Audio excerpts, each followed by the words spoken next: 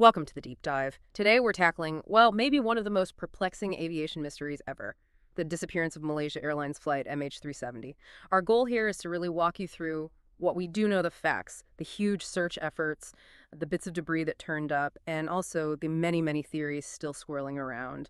We're drawing on official reports, expert analysis, investigative journalism to try and piece together why this mystery still hangs over us even after more than a decade. And it really is a unique challenge. I mean, think about the resources poured into this. Billions spent, global cooperation, and yet the core questions, the why, the how, they're still just unanswered. It's a real wake-up call about maybe the limits of our tech even today. Absolutely. So how does a modern, sophisticated jet just So disappear? let's unpack the timeline. It's pretty bewildering. Okay, so it starts March 8th, 2014, just after midnight. 0.41 Malaysian time, a Boeing 777-200ER, that's 9M MRO, takes off from Kuala Lumpur, heading to Beijing. And the first part of the flight, totally normal, climbed up to 35,000 feet by about 1.01. Everything looked fine. Yeah, and what's important here for understanding what happened next are the automated systems. The plane has something called ACARS. It sends routine data back to the airline. Its last message went out at 01.07. After that, nothing from ACARS, even though the plane kept flying. Then you get the last words from the cockpit, 01.19. Malaysian controllers say, "Good night." And the reply comes back, "Good night, Malaysian 370. That's it. The last human voice contact. This is where things get really strange. Just 2 minutes later, Yeah. 01.21, the transponder goes dark. That's the thing that tells air traffic control who and where the plane is. So, gone from secondary radar, poof. But primary military radar, the kind that just detects objects, it briefly tracked an unknown blip. And this blip did something really odd. It turned sharply west, then flew back across Malaysia over the Malacca Strait. Why? That's the billion-dollar question, isn't it? Yeah. If someone's turning things off, why keep flying? Right. And why that path? Exactly. It's completely baffling, but there was one piece of electronic communication left, right? The satellite pings. Crucial detail, yeah. Even with radios and transponders off, the plane satellite terminal kept automatically sending these brief signals, these handshakes, to an Inmarsat satellite way up in geostationary orbit. The last full handshake was logged at 08.1 in the morning. Then there was a final partial one at 08.19. And that was the very last sign of life from the aircraft. So these signals didn't give a precise location? No, not like GPS. But they allowed analysts to calculate these possible arcs, huge circles where the plane could have been when each ping was sent. And by analyzing the Doppler shift in those signals, like how a siren sounds different coming towards you versus going away, they figured out the plane almost certainly flew south, deep into the southern Indian Ocean. The assumption became that it flew on autopilot until, well, it ran out of fuel sometime after that last partial ping at 08.19. And the plane itself, anything unusual there? Nope. Standard Boeing 777-200ER, good maintenance record, carried 227 passengers, 12 crew. The pilots were Captain Zahari Ahmad Shah, he was 53, very experienced, and First Officer Farik Hamid, younger, 27. Farik was actually the one flying the plane on that leg. And all the checks before takeoff, the initial climb. Everything perfectly normal, routine, until suddenly it wasn't. So with the plane having vanished and that satellite data pointing south, the search shifted dramatically, didn't it? Where did efforts focus first? Well, initially, everyone looked in the South China Sea. That was the expected flight path to Beijing, right? Mm-hmm. Made sense at the time. But the satellite data changed everything. Completely. By around March 15th, 17th, that analysis was firming up. The plane went south. So the search had to pivot. Huge pivot. Australia ended up taking the lead on March 17th, working with Malaysia and China, simply because that likely crash zone, based on the arcs, was in Australia's maritime search and rescue region. And the underwater search that followed was just massive. Can you give us a sense of the scale? Oh, it was unprecedented. Starting around May 2014, they began this incredibly intensive deep-sea search. We're talking specialized ships, like the Fugro Discovery, towing side-scan sonar systems, deploying autonomous underwater vehicles, or AUVs, basically mowing the lawn, mapping the seabed along that 7th arc corridor. They covered over 120,000 square kilometers. Think about that. An area bigger than some countries, mapped in incredible detail, using the best tech available. 120,000 square kilometers, and yet. And yet, nothing. No sign of the main wreckage. It was a brutal lesson in just how vast and challenging the deep ocean is. We're talking depths of several kilometers, rough terrain. Finding anything down there is incredibly hard. So the official search, led by Australia's ATSB, was suspended in January 2017. They put out a report explaining why, right? Yeah, the ATSB published the operational search for MH370 in October 2017. Basically said, without new, credible evidence pointing to a specific location, continuing wasn't feasible. But that wasn't quite the end of the search efforts. No. A private U.S. company, Ocean Infinity, stepped in. They made a deal with Malaysia, basically no fine, no fee. They searched another huge area, about 46,000 square miles, from January to May 2018. Used even newer AUV technology. Still no luck. And now, fast forward to 2025, there's actually another search attempt underway, or at least planned. That's right. Based on some refined analysis, Malaysia approved a new search by Ocean Infinity late in 2024. It actually started in February 2025. But they had to pause it in April because of the monsoon season down there. Rough seas. The plan, as stated by Malaysia and Ocean Infinity, is to resume later in the year when the weather window opens up again. So the key takeaway after all this time, all this effort, all this money, is that the main wreckage of MH370 has still not been found. That's the hard reality. Okay, so the plane itself is missing, but pieces did wash up, didn't they? Giving some physical clues. Yes, absolutely. Critical clues. Starting July 2015, debris started appearing on coastlines thousands of kilometers away, carried by ocean currents. The very first confirmed piece was found on Reunion Island, way over near Africa. It was a large part of the right wing called a flaperon. How did they know for sure it was from MH370? French investigators matched part numbers, manufacturing details, even paint codes directly to the missing aircraft's records. It was definitive, the first physical proof. And there were others after that? Yes. In March 2016, a couple of composite fragments turned up in Mozambique. Investigators labeled them almost certainly from MH370.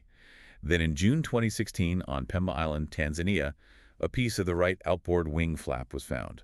Australia's ATSB confirmed that one. And around the same time, May 2016, another piece of wing flap washed ashore in Mauritius, also identified as from the plane. So this wasn't guesswork, it was proper forensic work. Absolutely. Yeah. Matching serial numbers, materials, how they were made, cross-referencing everything with Boeing's records for that specific aircraft, 9M MRO.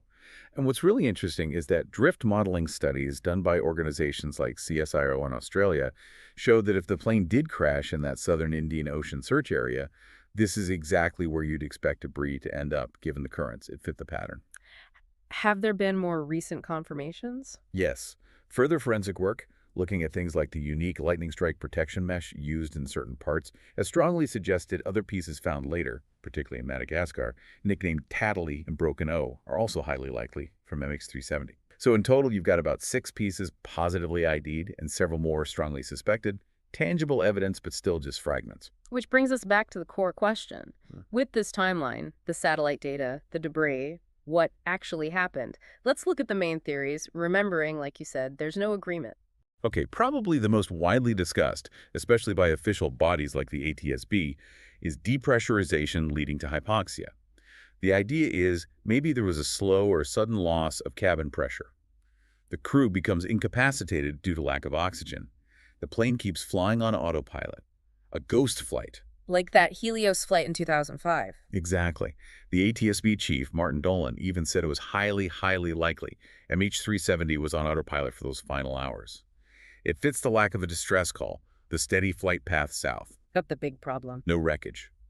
Without the main fuselage, you can't check for system failures, damaged seals, anything like that. It's plausible, but unproven.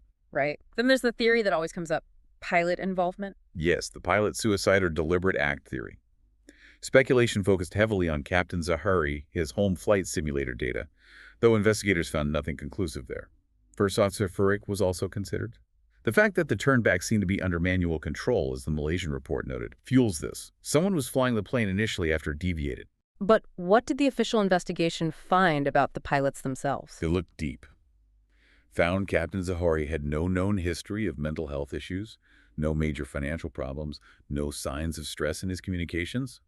The Malaysian final report specifically drew no conclusion about pilot suicide, and the investigative team actually ruled it out as the sole cause.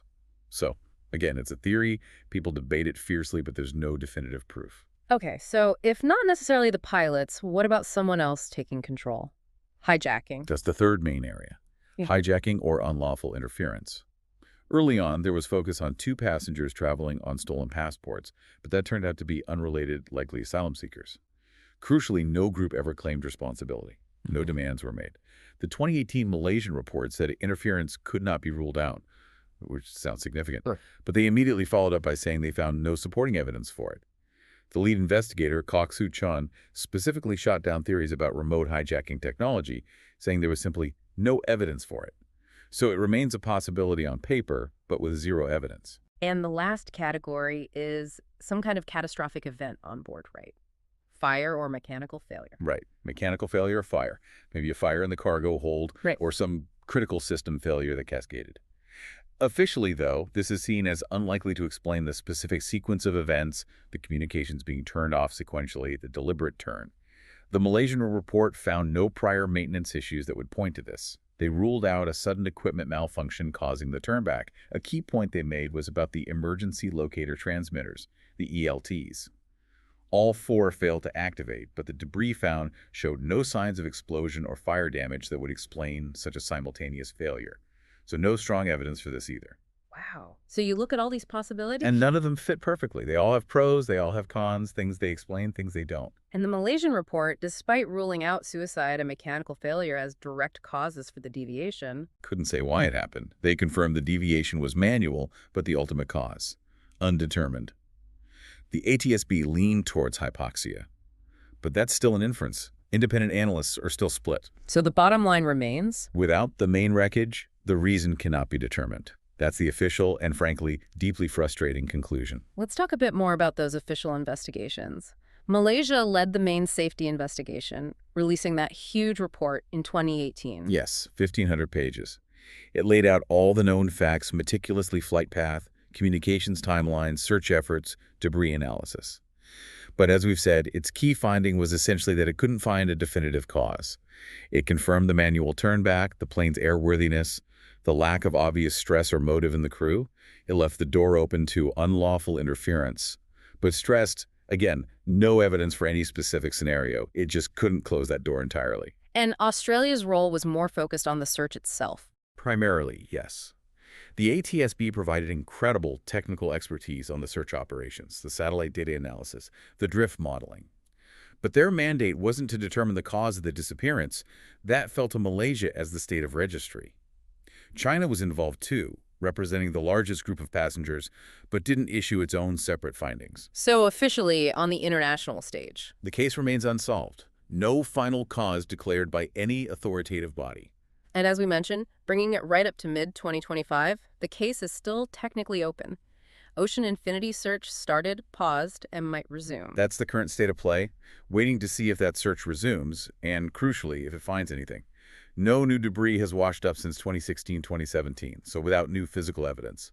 Solving it remains incredibly difficult. It's impossible to talk about MH370 without acknowledging the human cost the families left behind. What are the perspectives from those closest to the investigation, the experts, and the families? Well, the experts, whether they were involved in the investigation or analyzing it independently, they pretty much all agree on one thing: finding the wreckage is key. You heard the ATSB chief lean towards the ghost flight idea. The Malaysian lead investigator, Kok Soo Chun, pushed back against conspiracy theories, but had to admit, heartbreakingly, that while they can't exclude foul play, they have zero proof. And former U.S. NTSB chair Jim Hall put it bluntly: until the wreckage is found, the fate of MH370 will never be known. That's the consensus. And the families. Through groups like Voice 370, they've been very active, haven't they? Incredibly active, and understandably critical at times. From the very beginning, they pushed for more transparency, questioned inconsistencies. Voice 370, for instance, initially hesitated to accept the reunion flaperon finding until there was independent verification. They felt things were being announced too quickly, perhaps. And when the official search was suspended, They were devastated but resolute. Voice 370 released a statement calling a continued search an inescapable duty owed to the flying public. They argued that finding out what happened wasn't just for them, but for aviation safety globally. When the final Malaysian report came out in 2018 lacking a definitive cause, the reaction from many families was, understandably, anger and disappointment. One daughter famously said it was so disappointing there was nothing new. They continue to lobby governments to keep the pressure on, refusing to let MH370 fade into just another cold case. And you also have independent researchers still working on this, people like Richard Godfrey analyzing new data types, or Blaine Gibson, who personally found several suspected debris pieces. Exactly. Their work, analyzing satellite technology, drift patterns, metallurgy of the debris, it keeps refining potential search areas and keeps the issue in the public eye. It shows the dedication to finding answers isn't just official. So putting it all together, the official position is a crash in the southern Indian Ocean, no survivors. Correct.